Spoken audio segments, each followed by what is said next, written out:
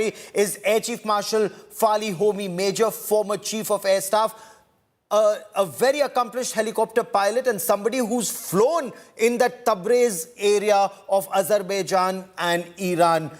Air Chief Marshal Fali Homi Major, welcome on India Today, sir. What do you make of these developments? 3 helicopters took off, one carrying President Raisi crashed. Some argue if it was just bad weather, all 3 helicopters should have encountered that bad weather. What explains one crashing and the other 2 landing safely, sir? Yes, very, very strange, because for a VVIP like the president of Iran, if there are 3 helicopters, those 3 helicopters are normally, I don't know what protocol they follow, but normally these are basically to be in close contact with each other all through the flight. Secondly, of course, they carry other, security, etc. That's a different issue. But but I don't know. I'm not very sure if all 3 took off together, or there was it was a spaced takeoff of a few minutes each. Okay. If that is clear, then probably we can shed a little more light on what could have happened. Okay. I don't think I have seen anywhere as to what the sequence of takeoff was. Because normally for a VVIP mission like this, all 3 take off one after the other, so that eventually in the air and at the destination, you don't know in which helicopter the VVIP is. Oh, absolutely. Okay. Sir, could it be possible that the other 2 helicopters perhaps somehow dodged the bad weather and only the presidential chopper was caught in it? And anyways, aren't the 3 helicopters in communication with each other or with ground with the ATC? And sir, do you find that strange that the helicopter carrying officials and security detail, that those helicopters landed safely, but the one carrying the president and the foreign minister crashed? It is quite likely if they were not in contact with each other. Because if they were in contact with each other, then the lead helicopter, whichever it was, we don't know what sequence. You said 1 and 3 landed safely and he was number 2. Have I got it right? So, there's a little lack of clarity on this, but perhaps. Okay, whichever way it is, when 3, if they're in contact, I'm quite sure that each one will pass the weather on to the other, and just one helicopter will not enter that bad weather. Unless, Right. of course, the president's aircraft was the lead aircraft, and it inadvertently entered weather and probably resulted in this accident. And the other 2 avoided that patch and landed safely. That could be one possibility. But Gaurav, you see, from what I saw in the TV clips, etc., the weather appeared to be pretty bad. Yes. The visibility was almost 0, because when you saw some vehicles moving, even they could hardly see anything ahead of them. So in that kind of weather, I would say not safe, but quite with a high degree of surety that this accident could have been the result of bad weather. But this is just speculation because we do not have the details. Oh, absolutely. Though a probe has been ordered, Iran's former foreign minister has blamed the US sanctions regime for this crash. They say that the US-made Bell 212 helicopter was flying without proper maintenance and spares because of sanctions, and these are helicopters that have been with Iran for close to 4 decades, if not more. What do you make of this assertion? Could, in your view, some external agency, as some argue perhaps Mossad, could they have had a role to play? That is quite likely. That is quite likely, because if you see the vintage of this 212, it's quite an ancient helicopter. The original version of this helicopter, called the Huey, I think it was called the UH-1 Huey, was used in Vietnam. Now we are going back into the early 60s, and after that, if I am not mistaken, the 212, in which the helicopter involved in this accident, I think was a twin engine which came into service around, I think, in the very late 60s or early 70s, I think. Yes. And it's a very, very widely used helicopter all around the world. But yes, the sanctions with no spares, and the very reason that they were flying such an ancient helicopter for the president of the country would obviously point to the fact that these sanctions had hit them badly and they couldn't get helicopters from any other Western country. But what I'm surprised is I think The Russian. the Iranians have a lot of Russian equipment, Yes. and as to why they were not using Russian helicopters for this VVIP flights, I don't know. And sir, does a 70s vintage helicopter have an electronic warfare or countermeasure systems on board?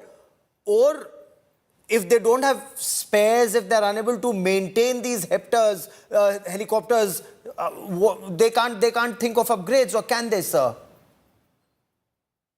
I doubt it very much. I doubt it very, very much because given the vintage of this helicopter, I don't think it was equipped with any of these countermeasures to start with, unless, of course, the Iranians halfway through modified the helicopter for these. But you see, a helicopter should have scope for modification. And I don't know if the Bell 212 had that scope and if it was, wired and geared to take in such kind of sophisticated electronic modifications. It's doubtful, but you see, I mean, it goes back to the very old saying. I mean, if it is the cause of the accident is weather, that a helicopter, mountains, and clouds or bad visibility cannot exist together. One of these things has to be missing. Yes. And given the weather, and I've actually many years back landed in Tabriz, Yes. and I know that place is very mountainous, and on both sides, within Iran also, and towards the border with Azerbaijan, it's a very hilly terrain, and if this kind of weather was persisting there, it is quite likely that bad weather could be the cause. But as you Fair said, enough. it could be anything else. It could be a technical failure. It could be a shoot down from the ground. But in that kind of weather, man portable missile getting that aircraft is also quite unlikely. But as I said, there could be any reason till a little more details come out. And I don't think the world is going to be privy to very much of details which will emanate from that country. I mean, Well, that's my personal opinion. Well, we'll track that story very closely. Air Chief Marshal Fali Homi Major, many thanks for joining me here on India Today. Always a privilege having you on the broadcast. I now want to shift focus to the good news story, or the big India First story on India Today, and that's the voter turnout in Jammu and Kashmir. Baramulla in Jammu and Kashmir made history with a record highest voter turnout in almost 4 decades and 40 years. Now, according to the Election Commission, the voter turnout in Baramulla was close to 59%.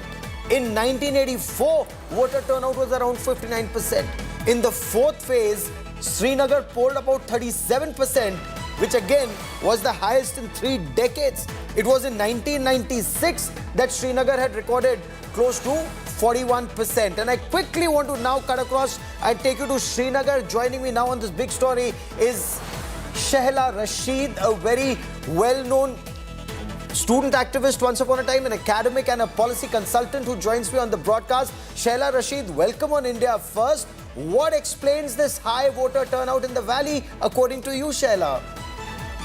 Thank you, Gaurav. So first of all, India is an island of democracy, and the general elections in India are nothing short of a festival.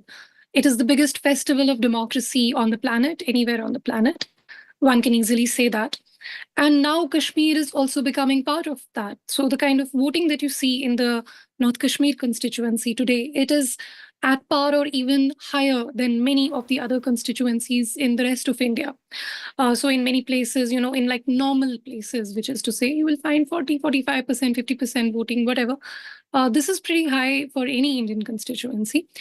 So I think for that, I would like to congratulate everyone, all the stakeholders, the Election Commission of India, and the people of Baramulla constituency, the candidates. We've seen a free and fair election. We've seen people filing candidatures from Tihar jail, and they've been, there's been no problem with their papers, nothing. So it's a free and fair election, Okay. and that becomes really important in a Kashmir context, because if we sort of roll back 3-4 decades, Okay. it was the rigging of an election Yes. that became the immediate cause of In fact, an that's the insurgency. point I was coming to. As someone who's heard of and lived through multiple phases in Kashmir, what has changed in your view post the 5th of August 2019, if anything has changed since Article 370? Well, see, honestly, since post 5th August, we had two elections. There was the DDC election, which was, done in a very, it was a very tense atmosphere. But today you see a very free atmosphere. So if you ask me what has changed, not post 5th August, but let's just compare it to the 90s. Yes. So back in the 90s, when I was growing up, I was just a kid, and we were told ki election ke time mein bahar mat jao.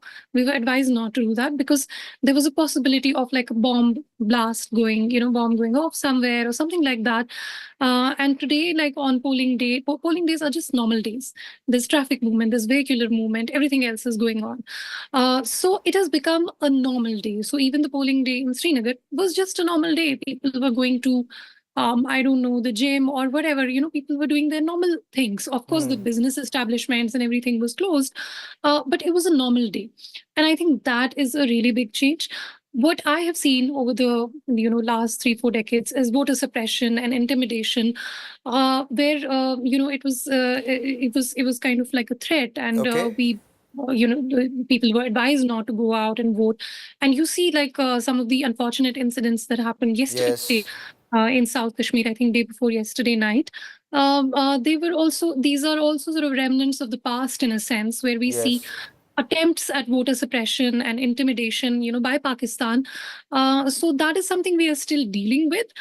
Yet people have placed their faith in democracy. People have placed their faith in the ballot. I think that's a great sign. It indeed is. And thank you very much for joining me, Shaila Rashid. Wish you and friends in Jammu and Kashmir all the very best for this dance of democracy that continues. A quick break.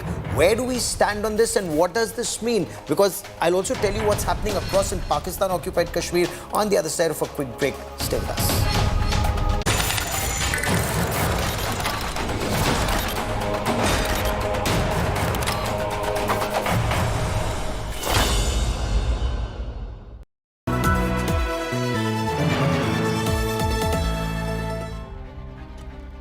An unparalleled election coverage with the team that wins every election. From unmatched on-ground reporting to real-time poll updates. Stay tuned to the Maximum channel for the maximum coverage.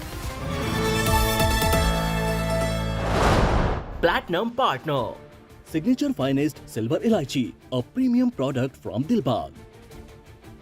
Mankind Pharma, serving life. Intelligence meets art with the all-new Motorola Edge 50 Pro.